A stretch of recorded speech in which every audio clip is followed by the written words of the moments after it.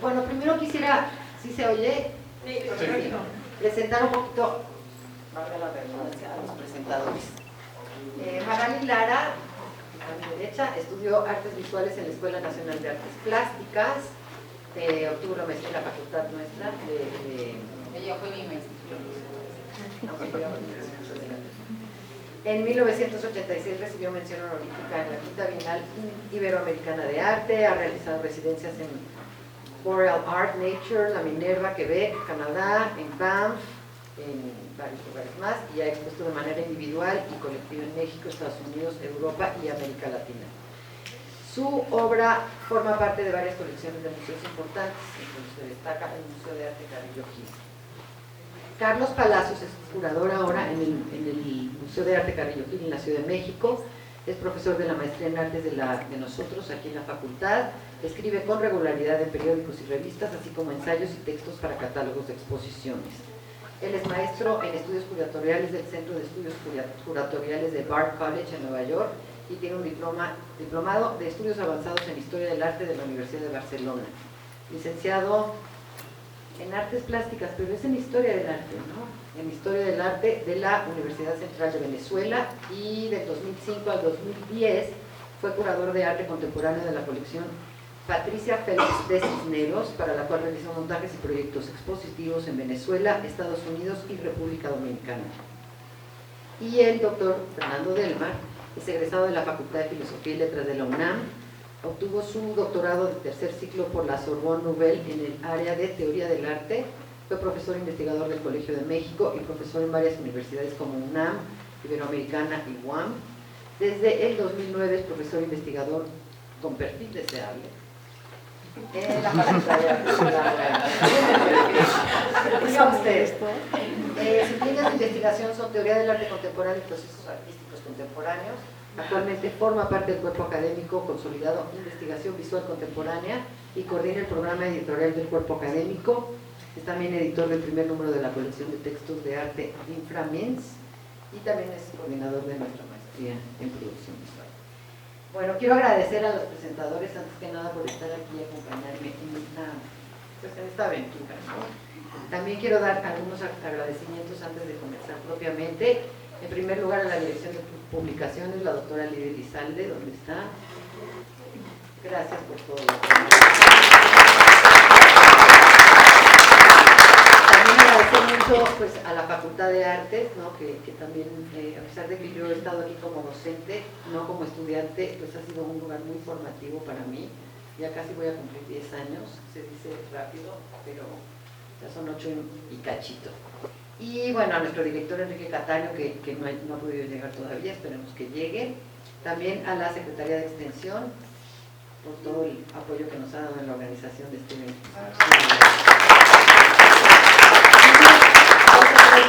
Más, a Uciel Carp, que es el editor de este libro, que hicimos un trabajo muy intenso durante poco más de un año. No pudo estar aquí, pero no por eso quiero dejar de mencionarlo. Y bueno, los agradecimientos que están en la parte de atrás del libro, sería un poquito largo mencionarlos, pero sí quisiera hacer una mención especial a mi amigo Mario Rangel Paz, que ya no está con nosotros, pero que pues, fue una gente que siempre apoyó mi trabajo. Y en una última nota personal para salir de ahí, el libro está dedicado a mis padres y todo mi trabajo también. Gracias.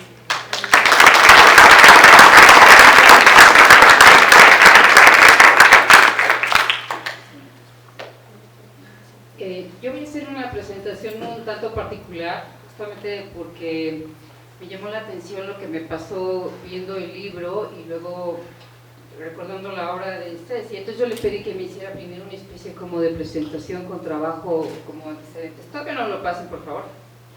Primero, si nada más si quieres deja la primera imagen, no importa. Ahorita les voy a explicar porque yo creo que voy a hablar primero del libro, cómo está estructurado, y a partir del libro, las dudas que a mí me surgieron y por qué le pedí a Ceci justamente esta presentación.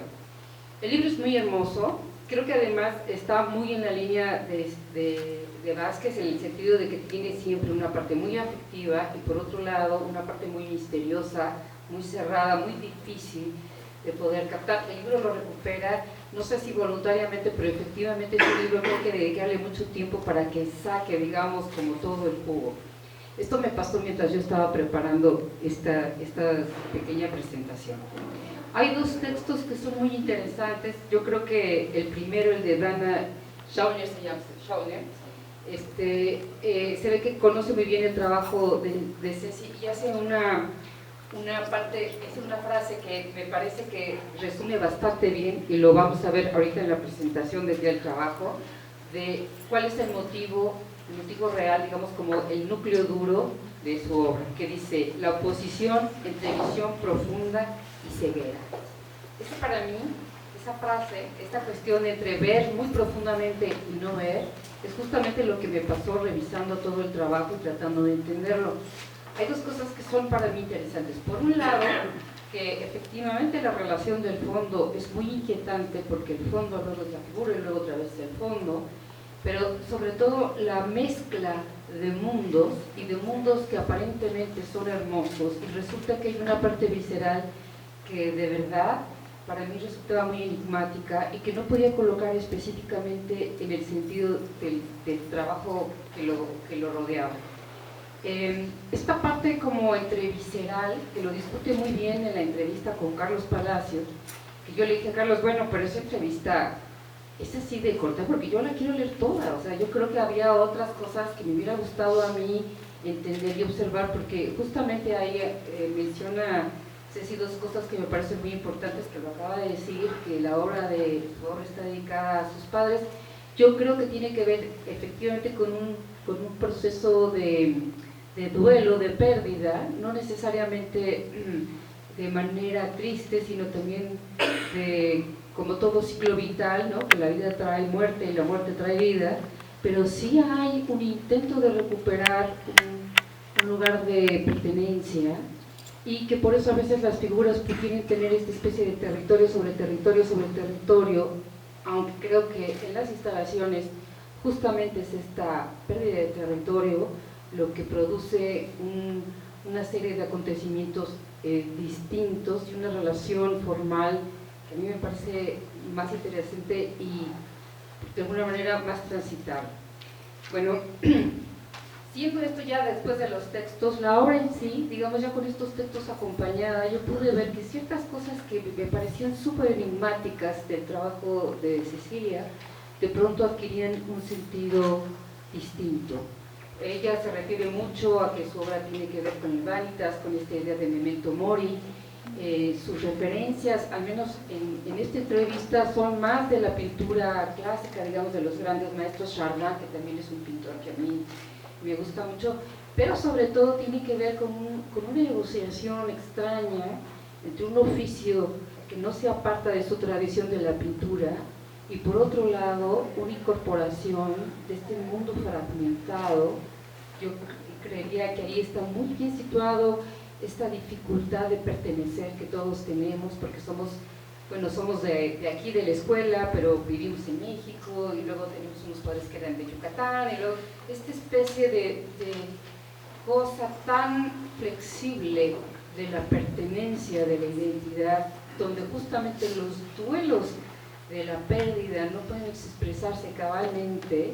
Creo que esta es, digamos, la parte que en el libro, digamos, apunta a este tema central, que no es fácil verlo a la primera. Y bueno, justamente por eso yo quisiera que viéramos su obra, porque creo que está puesta desde el principio, pero justamente en la medida que se hace más hermética, se hace justamente más objetivo. Y ahora sí, yo tampoco lo he visto, así es que...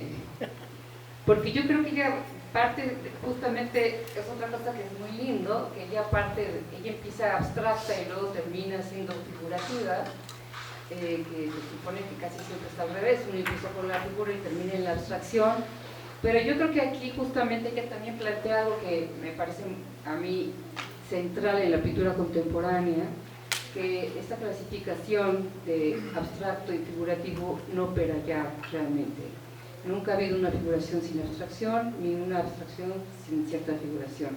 Sobre todo en términos pictóricos, en que la construcción del material también tiene una manera de estar concebida y también significa algo.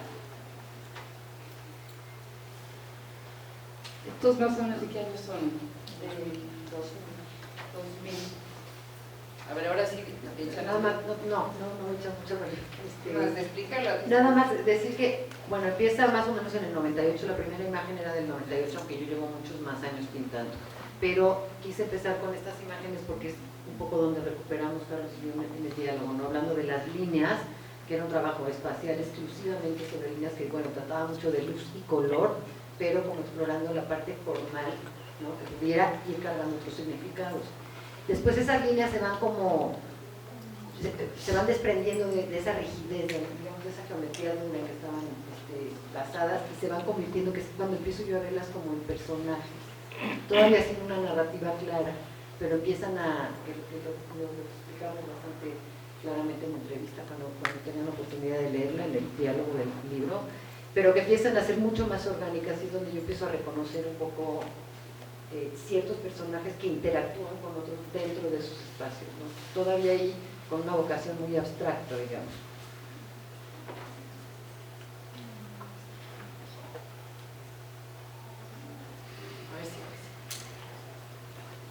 Si ustedes ven, ella siempre lo trabaja en términos formales, pero hay una cuestión como de drama, ¿no? Hay una parte muy emocional que está justamente colocada en una cuestión entre una geometría dura y una especie de aparición de otro tipo de geometría, y la cuestión del fondo y forma. Y yo creo que eso es justamente esta especie de pertenencia o no pertenencia, ¿no? De separación, de unidad, y que creo que esta especie de pulso, ¿no? Que a veces tienen las piezas de Cecilia de poder entender de qué trata, justamente que exige un tiempo tradicional, en el sentido de que en la pintura tradicional no solamente había que ver el cuadro, sino que había que descifrarlo. Yo creo que en ella sigue estando presente esto. Es un cuadro que exige mucho tiempo y que exige también una especie de entrar a un lugar de cierta incertidumbre. No es una relación obvia la que hay entre todos los elementos. De hecho, es sorprendente, había ciertas cosas que a mí nunca entendía muy bien por qué aparecían, esa otra naturaleza, una naturaleza hasta casi escatológica que tiene ciertas piezas. No entendía muy bien cómo podían conjuntarse con cuestiones súper estéticas, casi decorativas, de ninguna manera lo decorativo pensándolo en una cosa peyorativa, y luego entiendo que es justamente este pulso lo que le da esta vitalidad. Bueno, por mi parte, eso. Muchas gracias.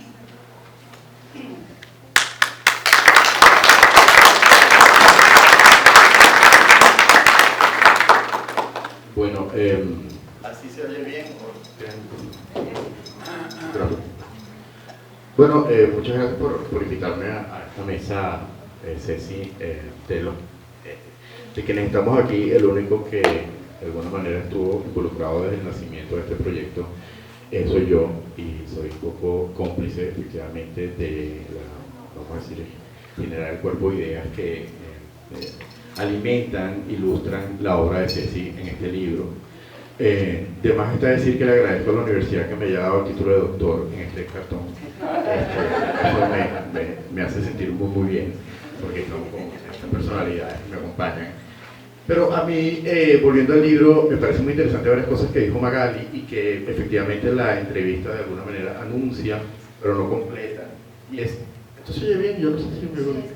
Y es esa relación que hay entre varias esferas en la obra de Ceci. Hay una esfera formal que es de alguna manera la que da pie a ese título, figura, fondo, figura otra vez.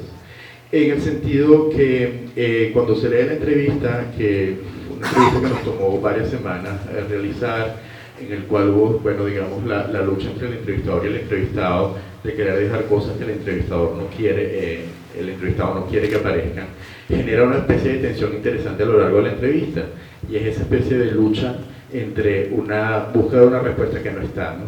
Que es precisamente de alguna manera lo que quiero decir con esto del título, esa idea de que la figura y el fondo están batallando en el espacio del lienzo. Si ustedes ven esta presentación que hace Ceci, es muy interesante cómo desde un plano formal, que es lo primero que quiero comentar, la relación que se establece entre esas líneas, entre las formas que usualmente corresponden a un fondo de la pintura, es decir, a lo que está en el backstage del cuadro, son los protagonistas. Y eso se va a empezar a transformar en los protagonistas de la pintura. Lo que ocurre en el segundo plano de la pintura pasa al primer plano y así sucesivamente. Es una tensión efectivamente que denota esta obra de Ceci. Ese ámbito de lo formal que ha sido absolutamente riguroso en el trabajo de Ceci, yo creo que una de las características de esta pintura, sobre todo de las pinturas que está haciendo recientemente, es una especie de valoración muy formal de los elementos que usualmente corresponden al esqueleto de un cuadro, ¿no? Es decir, es una pintura que en ese sentido, y no sé si ustedes estarán de acuerdo conmigo, sobre todo tú, Magali, que es pintora, es una pintura que está cargada de anacronismos, en el sentido en que todos esos problemas a los que disecciona Ceci en su pintura, y esa idea de la disección es también un tema profundamente conceptual en su trabajo, es un ejercicio absolutamente anacrónico de la forma.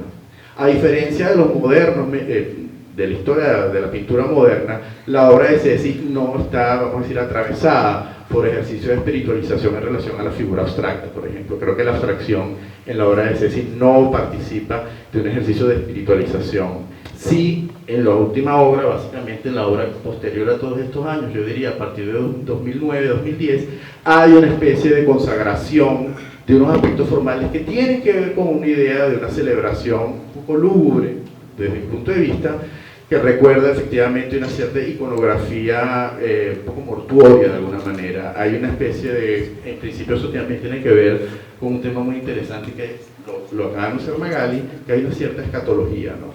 Es una escatología que tiene que ver básicamente con unos motivos que Ceci los podrá comentar, porque en el fondo la presentación de un libro es un poco sacarle el truco al mago, ¿no? Entonces, esa escatología que están esos elementos que son unos motivos rarísimos en un pintor, rarísimos porque son también un ejercicio de anacronismo, es decir, si en la entrevista, cuando ustedes compren el libro, que por cierto hoy tiene un descuento especial por el día de la presentación, ustedes se van a dar cuenta que hay unos artistas que son fundamentales en esa especie de imaginario referencial en la obra de Ceci.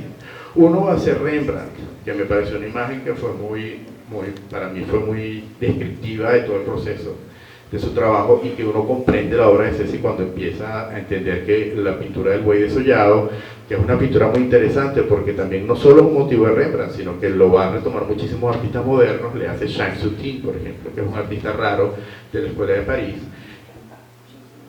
Sí, que toda la obra de Ceci está un poco atravesada por esa especie de, más que escatología, pasión por aquello que se va a podrir, ¿no? Es decir, esa condición de una belleza, la condición de la belleza orgánica es muy efímera. Un objeto bello, orgánico, se convierte básicamente en una especie de detritus rápidamente. Ese paso de lo bello a la condición de lo podrido, que es un concepto absolutamente moderno, está muy bien utilizado en la obra de Ceci. O sea, yo creo que toda su obra es una gran tensión entre la belleza formal de unos elementos que hacen del ornamento otro motivo importante, pero que están a punto de convertirse en lo opuesto a lo ornamental, que es una condición de pudrición, ¿no? Es una cosa muy interesante, tiene que ver además con el surrealismo, aunque la obra de Ceci no tiene que ver con el surrealismo, yo ya me estoy desviando. Volviendo a la pintura, quiero decir que esa idea está totalmente atravesada en todo su trabajo. Y es una obra que efectivamente pone en tensión al espectador. Magali dijo una cosa que me pareció interesante y no lo había pensado. Es una obra que necesita un ejercicio de contemplación que no está, digamos, en el imaginario del arte contemporáneo. Es decir, esa experiencia de lo contemplativo de la pintura, creo que la pintura es yo creo que me atrevería a decir que es de las técnicas artísticas que ya obligan al espectador a una mirada de contemplación y de análisis, frente a otros lenguajes del arte como el postconceptualismo o el arte conceptual o la fotografía contemporánea, donde la información es muchísimo más directa y muchísimo más digamos, rasgada por una especie de inmediatez de la imagen y de la cultura visual. Entonces la pintura, y en el caso de la pintura sí, eso está muy presente, es una pintura que uno tiene que descifrar precisamente cuáles son los elementos que parten de un fondo que usualmente no está presente en la pintura, es decir, el fondo pasa a un segundo plano, y lo que pasa a un segundo plano ya no es protagónico, ya que hay un ejercicio inverso, y a su vez esa especie de descifrar ese momento increíble en el cual la belleza se convierte en un motivo de desecho, un detritus, una cosa que vas a tirar, ¿no? Es decir, una especie de lo podrido, ¿no? Que es un tema además que tiene que ver, decía, con el surrealismo y con Salvador Dalí, que no tiene nada que ver con la pintura de Ceci, insisto. Es una desviación de naturaleza pedagógica. Pero, volvamos al libro. Esa entrevista efectivamente es una entrevista que para mí como autor me dio muchísimas luces sobre el trabajo de Ceci. No es un trabajo, insisto, que, vamos a decirlo de alguna manera, esté en sintonía con buena parte de la pintura contemporánea, en el sentido de todo esto que estamos hablando de una pintura que está atravesada por la mensajería o la vocería del conceptualismo. Es una pintura que recupera temas tan raros como la belleza ornamental. Es decir, si nos ponemos a preguntar qué artista o qué pintor piensa en ornamento, sería casi como un delito, sobre todo después de aquella frase, que tú me recordarás mejor, que decía que el ornamento es delito, que no me acuerdo si es de Adolf Loos, ¿no? Es decir, toda la modernidad evita cualquier tipo de relación con el ornamento, y Ceci de alguna manera hace esta especie de arqueología en lo ornamental, pero es un ornamento que, insisto, no se queda en el gesto de belleza, de contemplación estética, sino que de alguna manera nos está diciendo acá se termina su belleza, que es lo que sucedió precisamente con el buey desollado o con las carnes que el propio Shamsuddin guindaba en su estudio y que sus vecinos estaban alarmados porque todo el edificio olía podrido, pero él necesitaba. Y también Chardin, hay un famoso cuadro de Chardin que me acuerdo que Ceci y yo comentamos que nos gustaba muchísimo, que es el cuadro del pájaro, que creo que es un faisán guindado de un clavo. Eso lo guindó el propio Chardin en la cocina porque él quería representar justamente ese momento donde ese pájaro suculento, bellísimo, con vida, se convierte en una materia inerte. Y representar la muerte, que es el gran tema que atraviesa toda esta pintura de Ceci, es un reto verdaderamente interesante. Entonces Soutine, con esa situación desagradable de que todos los vecinos estaban oliendo podrido, él lo que estaba buscando era precisamente la belleza dentro de la podredumbre. Y bueno, efectivamente ese cuadro que Bacon también pinta, y en ese sentido esta obra está muy atravesada por la pintura de Francis Bacon, fue un tema también de Bacon muy interesante, que él reproduce infinidad de veces. Entonces, la entrevista de alguna manera, ya poco para terminar, yo estoy un poco extendiéndome, pero después volveremos en la conversación que tengamos sobre este tema, es una entrevista cuya intención básicamente es ilustrar, ¿no? Ilustrar esos contenidos, esos detalles, esos momentos agudos de esta pintura que pone en tensión efectivamente todos estos elementos, toda esta gramática pues, del pintor, que es esa tensión entre la figura y el fondo, ¿no? Atravesado por esa idea también poco dual de la belleza y lo escatológico que digamos describe efectivamente todos estos cuadros que están viendo, sobre todo desde esta época que es la que digamos es la que donde más se presenta eso. O sea, es interesante preguntarle a Ceci, por ejemplo, ya que vamos a descubrir el truco del mago, a qué corresponden esas formas que están en la esquina superior del cuadro, ¿no? Es decir, eso lo responderá ella, no lo voy a decir. Pero es muy interesante porque entonces uno empieza a entender esa especie de estetización que hay de esos elementos cuyo origen no es precisamente los que corresponden a la belleza estética, o precisamente esto que ocurre en la parte inferior de este cuadro que está ahí. Yo celebro, por otra parte celebro una cosa que es muy importante y la cual el panorama, vamos a decir así, artístico mexicano sobre todo, yo diría latinoamericano, está muy desierto, que son libros de pintura y libros de artistas que son pintores, frente a la preeminencia de otros problemas que tienen que ver más con la curaduría o con tendencias del arte que sí tienen más cabida pues, en el ámbito editorial. Por lo tanto celebro que hayan libros de pintores y monográficos de pintores, sobre todo en México, que escasean. Gracias.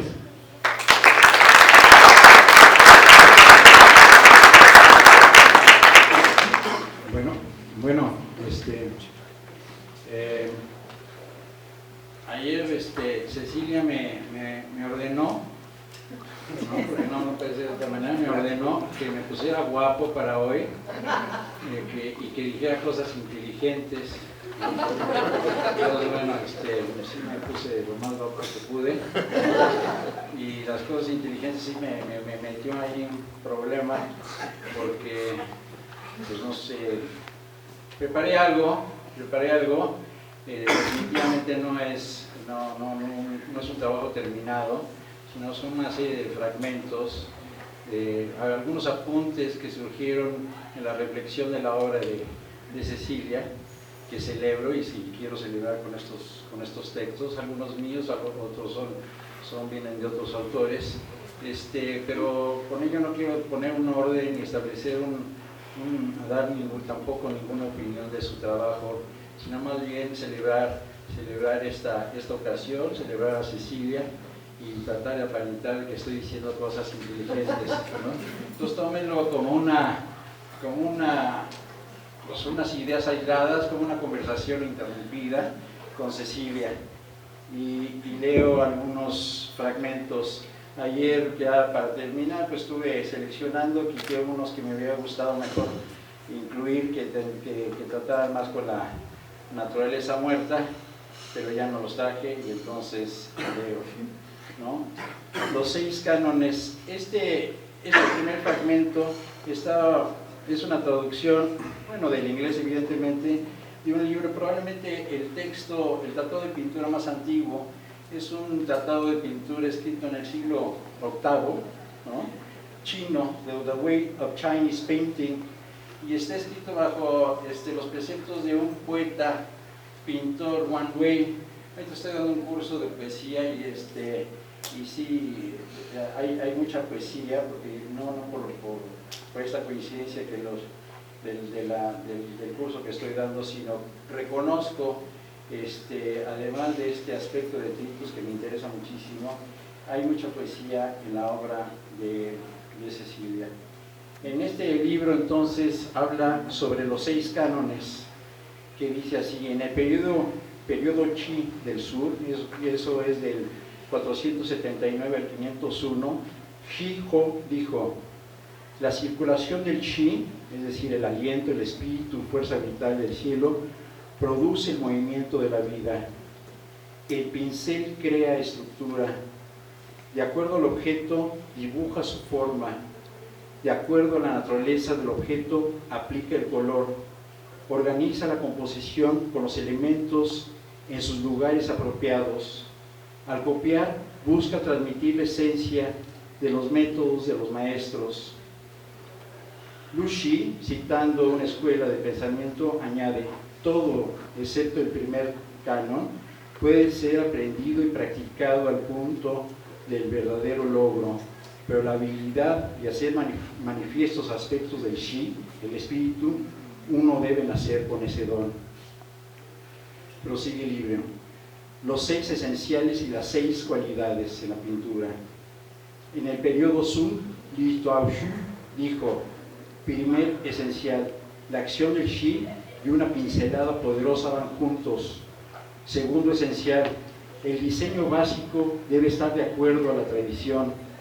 Tercer esencial, la originalidad no debe ignorar el Li, es decir, los principios o la esencia de las cosas.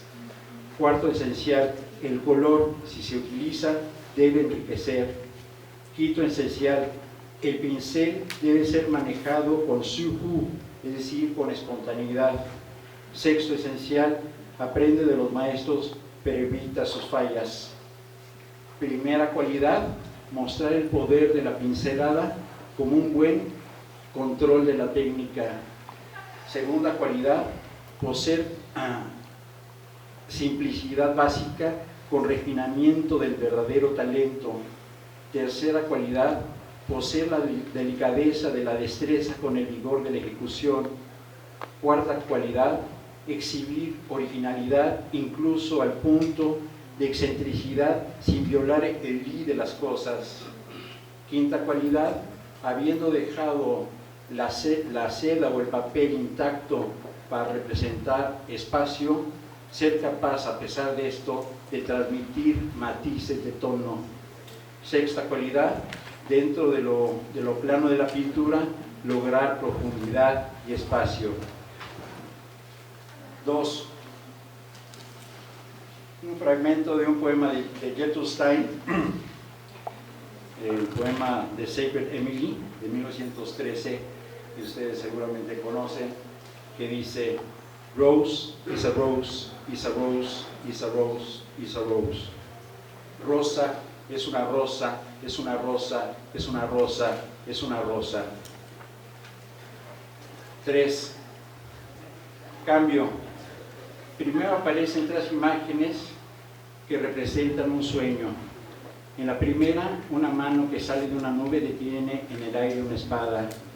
Después viene la imagen de una hermosa mujer con los ojos vendados, con una espada en cada mano en forma de cruz sobre su pecho. Al final, 3 espadas atraviesan un corazón en el aire.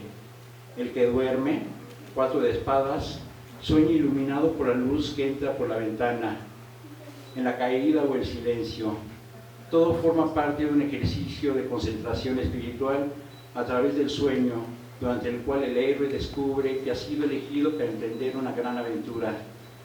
El desafío lo obliga a abandonar todo y dirigirse a lo desconocido. Es una decisión que no puede dejar de tomar porque todos dependen de su hazaña. Al día siguiente se despide y camina hasta la orilla de un río. Algunas de las imágenes varían en el modo de representar esta carta. De todos modos, prevalece el paisaje de un horizonte que se pierde de vista. No se ve qué hay del otro lado. La segunda parte inicia con un largo viaje hacia una isla abandonada. El héroe está acompañado por una mujer con el rostro cubierto, lo cual es esta imagen más perturbadora. Ahí se celebran batallas en las que se gana y se pierde. Ahora nos damos cuenta que todo estaba previsto en las 3 primeras imágenes. El héroe sufre una gran derrota y tendrá que ser sacrificado. Como parte del castigo lo atan, lo vendan y lo abandonan en medio de un círculo de espadas. En el sueño aparece que el héroe será castigado por la muerte. Es una muerte melodramática de la que resucita como un valiente y hermoso joven. Las cartas lo describen además como impulsivo, insubordinado y que le gusta desafiar al destino. Del otro lado de este personaje aparece una hermosa mujer desnuda, hincada en un jardín frente a un río. La estrella representa la inspiración y anuncia un nuevo principio. En conclusión, primero el cambio, después la experiencia de la totalidad en equilibrio, anticipación a la victoria, sanar las heridas. 4. El cielo es un color que me cubre, un cuerpo que camina a mi lado y me habla al oído. El sol tiene la anchura del pie. ¿Cómo puede uno ponerse a salvo de aquello que jamás desaparece? Escribo sobre la espalda de la tierra. Las líneas forman una palabra que leo en silencio y recuerdo que el cielo es una palabra escrita en mi mano. Ahí están las montañas, detrás de los árboles y la luz de la tarde recorre el camino como una canción conocida. Creo en los sueños que hemos tenido, creo en las palabras que nos pertenecen, creo en las palabras que no nos pertenecen. Dibujo una montaña en tu mano. 5. Es una conversación que tiene Charles Juliet con un pintor, Brambelde, y aquí la palabra de detritus que me marca tiene mucho que ver, pero mejor no lo comento. Y leo: 26 de marzo de 1970. Bram, errando en sus profundidades, encamisado en excavarse, con su radiante mirada azul fija e intensa, vuelve hacia el interior, o bien Bram presente, tambaleando y espantado. Cita: Después de la inauguración de una muestra, quedo agujereado por todas partes. Híjole, no veo bien. Como las medusas en la arena. Los niños las traspasan con un palo, gracias, sin imaginarse siquiera que hay un organismo vivo. La tela no tiene nada que ver con la razón razonante. Lo invisible corporizado en el cuadro es más verdadero que aquello que se considera verdadero. La pintura viene de tan lejos que es difícil ver claro en ella. No intento nunca saber. El error de tantos artistas es creer que esta aventura es un asunto de la voluntad. Permanecer totalmente solo, sin defensa, es algo terrible. Se necesita un coraje de loco. La soledad tampoco puede ser voluntaria, se la sufre, no hay alternativa.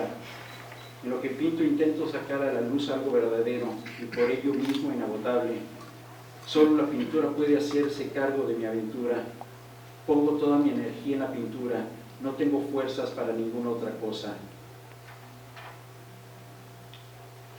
6. La pintura de Cecilia recupera aquello que no le pertenece a la pintura y se articula como un lenguaje que no obedece a una grabamos obra, establecen un vocabulario de contornos y colores donde el círculo puede ser el origen de una idea, de una rosa o una estrella. Su obra describe un límite entre las posibilidades que se pueden encontrar más allá de lo que alcanzamos a ver, más allá del paisaje, en la dirección de las líneas como la escritura en la oscuridad. Cecilia parte de una certeza para convertirla en una mentira. El color es la medida de todas las cosas. El día es negro, la noche blanca y el cielo azul como una naranja. Pero antes de la pintura no hay nada definido. La pintura no representa lo que vemos, sino lo que podemos llegar a ver. Como si las figuras o las formas perdieran el equilibrio y tuviéramos que empezar de nuevo. Cada obra representa la primera imagen que da origen a las demás. En cada cuadro vuelven a aparecer los colores, las rosas o las sillas. La pintura forma parte de la naturaleza como un elemento más que completa la realidad. Es la primera imagen que tenemos de nuestra infancia. Es la primera imagen de la sensación de la velocidad como un atributo del color. Todo se puede pintar, todo está afuera, como el paisaje que atraviesa la ventana cuando viajamos en un tren. Es una imagen que no tenemos de frente sino de lado y que de repente de una manera misteriosa se hace visible. Tal como sucede con los colores del arco iris que se confunden entre sí. Con la pintura sabemos que el arco iris no es por esencia ni a la lluvia ni en el ojo que lo ve, si bien es quien le da por la lluvia, por el sol y por el ojo. Ver es una manera de caminar, recorrer los caminos donde los recuerdos se ordenan a partir de la similitud entre una forma y otra, entre un árbol y la imagen de la sombra de ese árbol. En esta simultaneidad, Cecilia confunde la parte con el todo y su obra, como el arco iris, se proyecta como, cito, la piedra que al agua fue arrojada, se hace centro y motiva de numerosos círculos, y así como el sonido se difunde en círculos a través del aire, así también un cuerpo dispuesto en el aire luminoso se expande circularmente y colma las partes circundantes de sus infinitas imágenes, pareciendo completo en el todo y completo en la menor de sus partes. Esto al final es una cita del Tratado de la Pintura de Leonardo. Gracias.